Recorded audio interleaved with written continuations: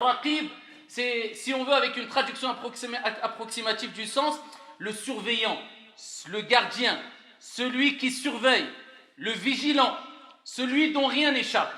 Donc, imagine-toi quelques instants, ya Abdallah. Si demain on te dit à toi, walillahi al-mathalul a'la, et à Allah appartient le qualificatif suprême, il y a des caméras qui restent figées vers toi, 24 heures sur 24, 7 jours sur 7, de jour comme de nuit, et cela jusque la fin de tes jours. Comment réagiras-tu? Eh bien, on sait toutes et tous que quand on sent une surveillance, eh bien, on agit autrement que quand on ne sent pas cette surveillance. C'est humain, c'est normal.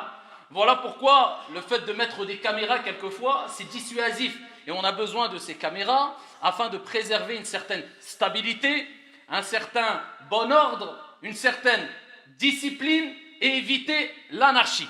Le fait de sentir que quelqu'un te voit, de jour comme de nuit, eh bien cela te pousse à agir autrement que si tu ne sentais pas ou s'il n'y avait pas eh bien, cette surveillance sur toi. C'est normal.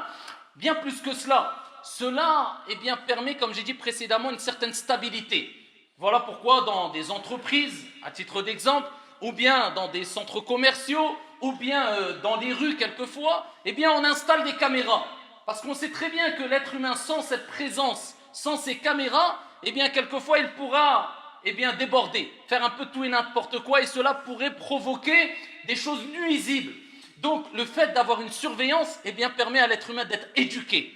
Alors, que dire si tu prends conscience que ton Seigneur, tabaraka wa ta'ala, et c'est certes une réalité, et nous, on y croit fermement en tant que croyants, encore faut-il eh bien, mettre cette croyance en application. Eh bien, que dire lorsque tu sais et tu dois savoir et avoir conscience qu'Allah tabaraka wa ta'ala, 24 heures sur 24, 7 jours sur 7, il voit, il sait, il a connaissance de tous tes faits et gestes intérieurs et extérieurs, et cela depuis ta naissance jusqu'à ta mort, plus que cela. Cela concerne les milliards d'êtres humains qui ont toujours existé et qui existeront jusqu'à la fin des temps. Subhanallah. Avec cela, comment la personne peut agir différemment devant les gens que lorsqu'il est tout seul? Et je parle de la personne qui va à l'excès, c'est-à-dire qu'il montre un visage de pieux et vertueux ou d'ange ou de personne sage devant les gens. Et quand il se retrouve isolé, eh bien ça devient quelque part l'ennemi de Dieu. Il fait du mal, il vole, il triche, il trompe, il casse, Et voilà pourquoi certains parmi les sages disaient ne sois surtout pas l'ennemi de Dieu en privé et son ami et son allié en public. Et ça, c'est des gens qui n'ont pas compris, ceux qui agissent ainsi, qu'Allah les voit et qu'Allah sait ce qu'ils dissimulent en eux-mêmes. Et ici, il faut savoir que celui qui veut pouvoir améliorer son comportement, il n'y a pas d'autre moyen que de prendre en considération qu'Allah Jalla wa Ala huwa ar-Raqib. Qu'Allah Tabaraka wa Ta'ala, c'est celui qui surveille, et ça fait partie de ses noms divins, ce n'est pas pour rien. Pour te rappeler que si tu veux te rapprocher de Dieu, qui parmi ses noms c'est celui qui surveille, il faut que tu adoptes le même comportement en public qu'en privé. Et là, à ce moment-là, tu auras concrétisé quelque part al-ikhlas, la sincérité.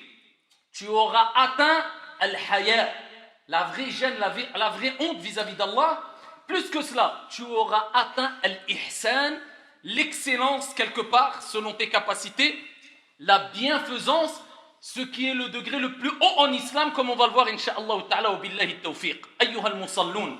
Des gens vont se dire peut-être, comment croire et prendre conscience vraiment que Dieu, c'est celui qui nous voit à chaque instant et qui voit tout le monde et qui sait tout en même temps. Il faut avoir cette croyance pour réagir ici de la sorte, c'est-à-dire avec vraiment sincérité, avec crainte divine, même quand tu es isolé. Comment comprendre cela? Comment ressentir cela? Mets-toi dans la tête qu'il n'y a pas de discipline, il n'y a pas d'ordre, surtout aujourd'hui, possible s'il n'y a pas une certaine surveillance. Et j'ai donné les exemples tout à l'heure, dans un centre commercial, dans une entreprise, il faut un gérant qui surveille, sinon on a... Pourquoi il y a toujours cette surveillance? Parce que les êtres humains eux-mêmes le savent.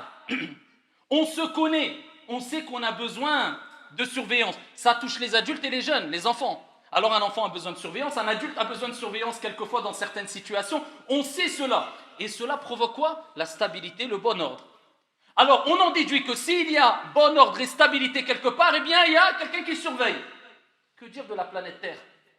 Allah tabaraka wa ta'ala nous a créés, nous a mis sur la planète Terre. Une planète assujettie pour nous. Une planète où on peut vivre. Une planète où il y a l'oxygène qui sert à l'être humain. Une planète où il y a la faune, la flore, l'environnement. Une planète où il y a de l'eau qui tombe, qui nous permet de boire. Une planète où il y a de l'eau qui tombe, qui nous permet ici de profiter des végétations et des nourritures et de se nourrir. C'est-à-dire tout a été créé à la perfection. Et toute espèce humaine ou animale, en général, sauf quand il y a des famines, eh bien c'est l'être humain qui l'a provoqué, mais se nourrit. Qui gère tout cela? On sait qu'il y a une certaine stabilité, un bon ordre. Eh bien on en déduit que derrière il y a quelqu'un qui surveille. Allah. Et plus la stabilité est grande, et plus la surveillance est grande.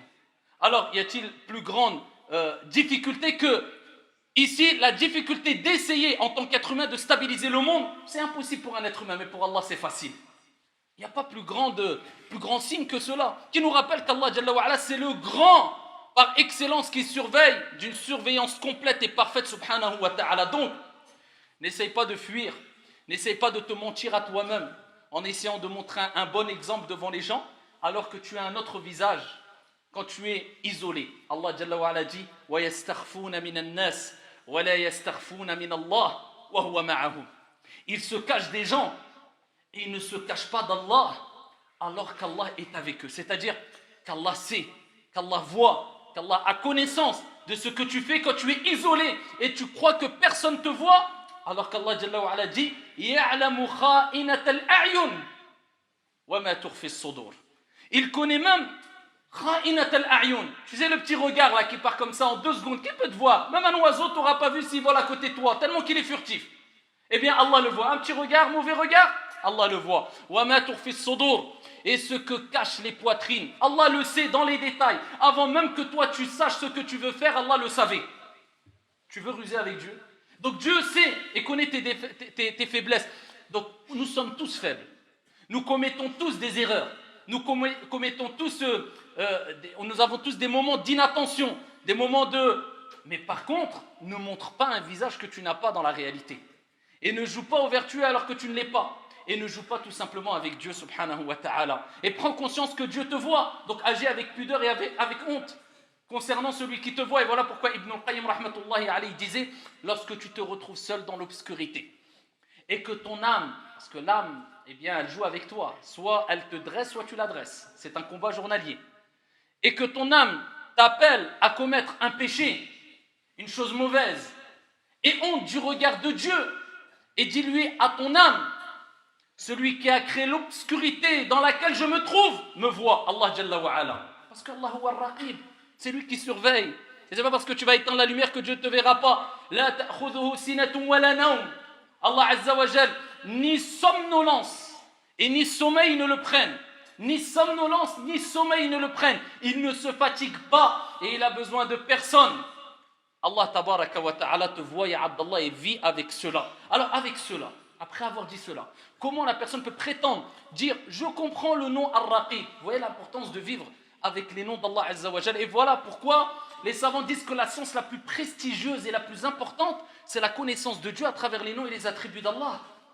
C'est la science qui renferme le plus ici d'éléments qui te permettront de te rapprocher de Dieu, d'adorer Dieu, de concrétiser At-Tawhid. C'est la science la plus prestigieuse et des gens ne connaissent même pas 3 noms d'Allah par cœur ou 15 ou 20 noms d'Allah par cœur. Je ne parle même pas de l'explication et la signification. On se doit d'apprendre cette science-là, vivre avec ce nom qui est Ar-Raqib. Allah me voit. Allah est en train de m'entendre. Allah sait ce que je cache dans ma poitrine. Même quand tu es isolé, parle-toi à toi-même. Rapporté par l'imam Ibn Majah, le prophète alayhi afdalus salati wa askat taslim a dit la'a'lamanna aqwaman min ummati. Je connais des gens de ma communauté, de chez nous, de ma communauté. Ya'khudhuna min al-layli kama ta'khudhun. Ils prient la nuit comme vous priez. De qui il parle le prophète alayhi afdalus salati wa askat salam? De personnes qui adorent Dieu à travers des prières. Ils prient la nuit comme vous priez. Lakin, ils vont venir au jour de la résurrection, ces gens-là. Bi hasanatin amthali jibal tihamata bayda, avec des hasanat, telle la montagne, une montagne appelée Tihama, une grande montagne blanche. Ils vont venir au jour de la résurrection avec des montagnes de hasanat. Allah tabaraka wa ta'ala va faire de ces montagnes de hasanat فَيَجْعَلَهُ اللَّهُ جَلَّ وَعَلَا هَبَاءً مَنْثُورًا, poussière éparpillée. Tout va partir en l'air. Des montagnes de hasanat. Il se sera épuisé, il se sera fatigué. Voilà pourquoi nous répétons, attention, tout ne se joue pas dans l'apparent, faut pas rêver.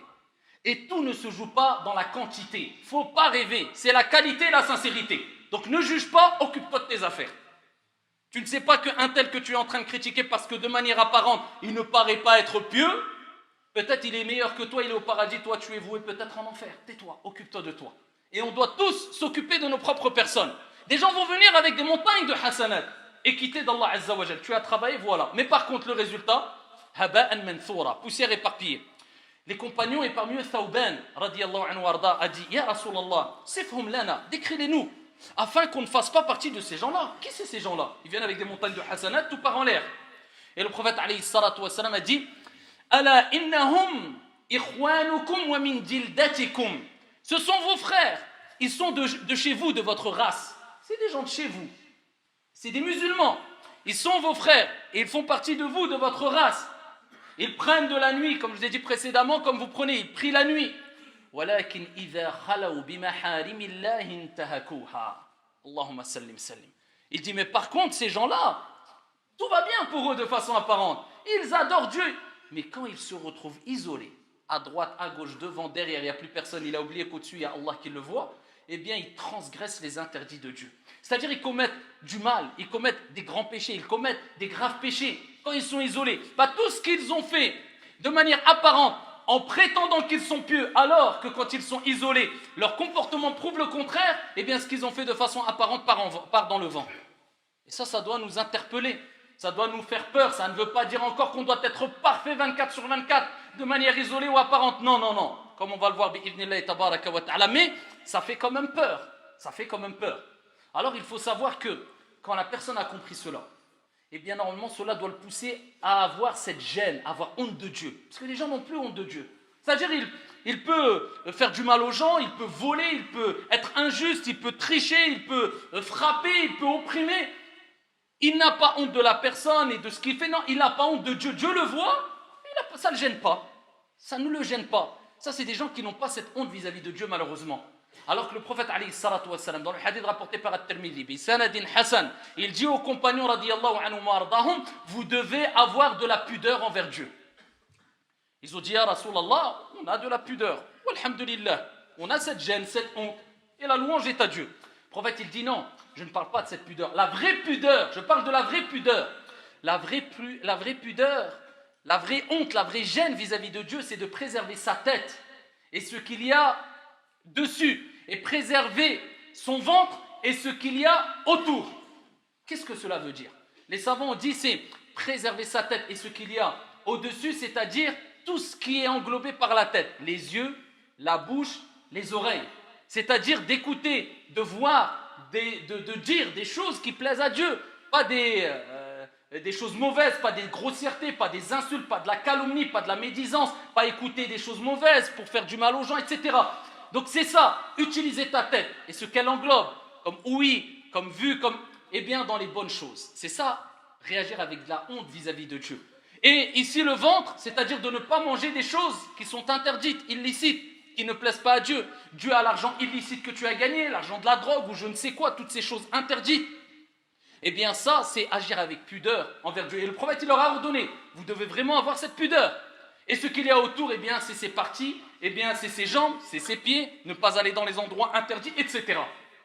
Donc, le fait de sentir que Dieu te voit, eh bien à ce moment-là et seulement à ce moment-là, tu pourras avoir cette honte vis-à-vis de Dieu. Sinon, comment tu vas avoir honte d'Allah?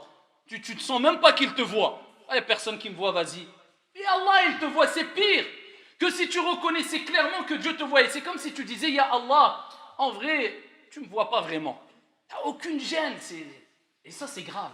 Et ça, c'est avoir abandonné un nom parmi les noms d'Allah tabaraka wa ta'ala. Et ça doit te pousser à l'ihsan. Ça, c'est le summum. Seulement celui qui a compris ce nom-là, Ar-Raqib, le surveillant, Wallah, seulement lui pourra atteindre le plus haut degré de l'islam qui est Al-Ihsan. Rapporté par Al-Bukhari, l'ange Gabriel lui-même est venu voir le prophète alayhi salatu wassalam. Et il dit, et il est venu sous forme humaine. Et il s'est rapproché du prophète et il lui a posé des interrogations. L'ange Gabriel, il a dit au prophète Mohammed, informe-moi sur l'islam. Et là, le prophète lui a répondu, c'est d'attester qu'il n'y a de Dieu qu'un Dieu. Il lui a cité les 5 piliers de l'islam. Il lui a dit, informe-moi sur al-iman, la foi. Et là, il lui a cité les 6 piliers de la foi. Il y a 5 piliers de l'islam, 6 piliers de la foi. De croire en Dieu, en ses anges, aux prophètes, aux livres révélés, au jour dernier, au destin bon et mauvais. Il lui a dit ensuite, ça c'est la foi, le 2e degré de l'islam. Le 3e degré et le plus haut en islam, c'est d'atteindre al-ihsan, Allahumma ja'alna min al-muhsinin. Et il dit, informe-moi sur al-ihsan. Et il dit, an ta'bud Allah ka'annaka tara, fa in lam takun tara, fa innahu yarak. Ça c'est le top, il n'y a pas plus. Il dit, c'est d'adorer Dieu comme si tu le vois. Comme si tu le voyais. Et si tu ne le vois pas, lui il te voit. C'est ça, sentir le nom Ar-Raqib, il te voit, Allah il te voit. Et ça c'est al-ihsan. Et simplement, et seulement celui qui prend conscience à chaque fois, non, astaghfirullah, ya Rabbi qui me voit, non c'est Hchouma, astaghfirullah, ou même s'il a fait le péché, on n'est pas parfait, il se repent, astaghfirullah, seulement celui-là pourra atteindre le degré qui est al-ihsan. Et pour terminer, sachez Abdallah, que nous sommes dans cette vie dans un examen. En tant que croyant, on reconnaît cela. Ça ne veut pas dire qu'on ne doit plus vivre, plus s'amuser. Au contraire, amuse-toi, prends du bon temps, souris, sois agréable, vis, mélange-toi avec tout le monde, sois sociable, sois ouvert, sois facile, sois accessible. Ça, c'est les critères du musulman pieux et vertueux. Compose avec tout le monde, mélange-toi avec tout le monde, sois bénéfique pour la société. Mais on a cette croyance que le principal, c'est l'akhira, c'est l'au-delà. Et ici, la personne qui vit en tant que croyant musulman, c'est qu'il est dans une demeure d'examen. Et cette demeure d'examen, eh bien, tu as des épreuves et tu as des examens venant de Dieu, eh bien, soit tu vas réussir, soit tu vas faillir. Et celui qui, lorsqu'il se retrouve dans cet examen-là, cette vie-là, et qui, quand il est isolé, eh bien, ne se comporte pas comme quand il est devant les gens, c'est comme celui qui est dans un réel examen. Et là, on reprend la réalité des choses concrètement.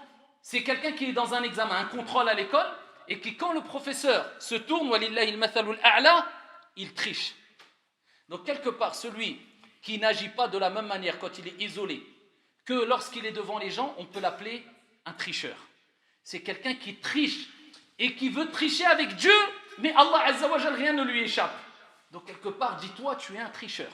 Donc, sois honnête et sois réel et sois sincère vis-à-vis de toi, vis-à-vis des gens et vis-à-vis de Dieu. Et sache, dans tous les cas, que Dieu dévoile. On avait rappelé les noms d'Allah Azza wa Jal, parmi ces noms, As-Sittir.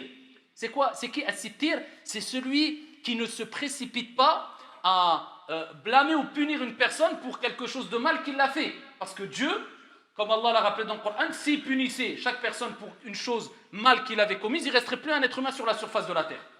Donc Dieu, il te laisse un délai. C'est pas qu'il oublie, c'est volontaire. Allah te laisse un délai pour te repentir. Donc Dieu n'est pas méchant, Dieu n'est pas mauvais. Dieu te laisse un délai, même si tu pèches, même si tu fais des erreurs, même si... Mais quand la personne persiste, et il persiste, et il ne veut pas se repentir, et il est hypocrite, un jour ou un autre, Allah le scandalise. N'oublie jamais ça. Tu as beau montrer le visage que tu veux, wallahi, un jour ou un autre, Allah te scandalisera. Voilà pourquoi le prophète alayhi salatu wa salam a dit Innamal a'malu bil khawatim. Les actions ne valent que par leur fin. Et certaines personnes sages et savantes disaient ne te positionne jamais quand tu veux juger une personne, même si tu crois qu'il est pieux, avant de voir sur quoi il va mourir. Parce que les actions ne valent que par leur fin. Et combien de gens, et qu'Allah nous en préserve, et personne n'est à l'abri, eh bien tout au long de leur vie avaient une image de pieux et vertueux, de personnes bonnes, de personnes qui font du bien. Et à la fin de sa vie, il a fait une chose qui a choqué tout le monde et il est mort sur cette action-là ou sur cette réputation-là. Dieu l'a scandalisé. C'est sûrement qu'il n'était pas sincère. Voilà pourquoi Uthman ibn Affan, radiyallahu anhu arda, il disait tu ne caches pas un mal en toi. Tu le caches pas vraiment. Tu as un mal, tu le mets en toi, tu le laisses en toi. Tu ne le montres pas aux gens. Toi, tu penses que tu le caches. Uthman, il dit tu ne le caches pas en toi. Pourquoi? Bien au contraire. Allah Azza wa Jal va le dévoiler à travers ton visage et tes paroles. Il y a des gens, ils veulent se donner bonne conscience et faire les pieux, alors qu'au fond d'eux, mais Allah Azza wa Jal le scandalise à travers quoi? Son attirance vis-à-vis des gens. Soit il va attirer les gens parce qu'il est bon, soit il a beau montrer ce qu'il veut, s'il est mauvais à l'intérieur, les gens vont s'éloigner de lui, ses paroles seront mauvaises, et son visage, eh bien, ne dégagera pas de lumière. Allah Jalla wa Ala dit dans le Coran, Simahum fi wujuhihim min athari sujud, à titre d'exemple, ils ont dans leur visage des traces dues aux prosternations. Alors certains pensent que c'est les traces qu'on voit quelquefois sur le front, c'est n'importe quoi, car il y a des gens qui marquent plus, leur peau marque plus que d'autres, à force d'être prosternés 5 fois par jour, stop. Et il y a d'autres, ça marque pas. Ce n'est pas ça qui est voulu dans le verset. Simahum fi wujuhihim min athari sujud.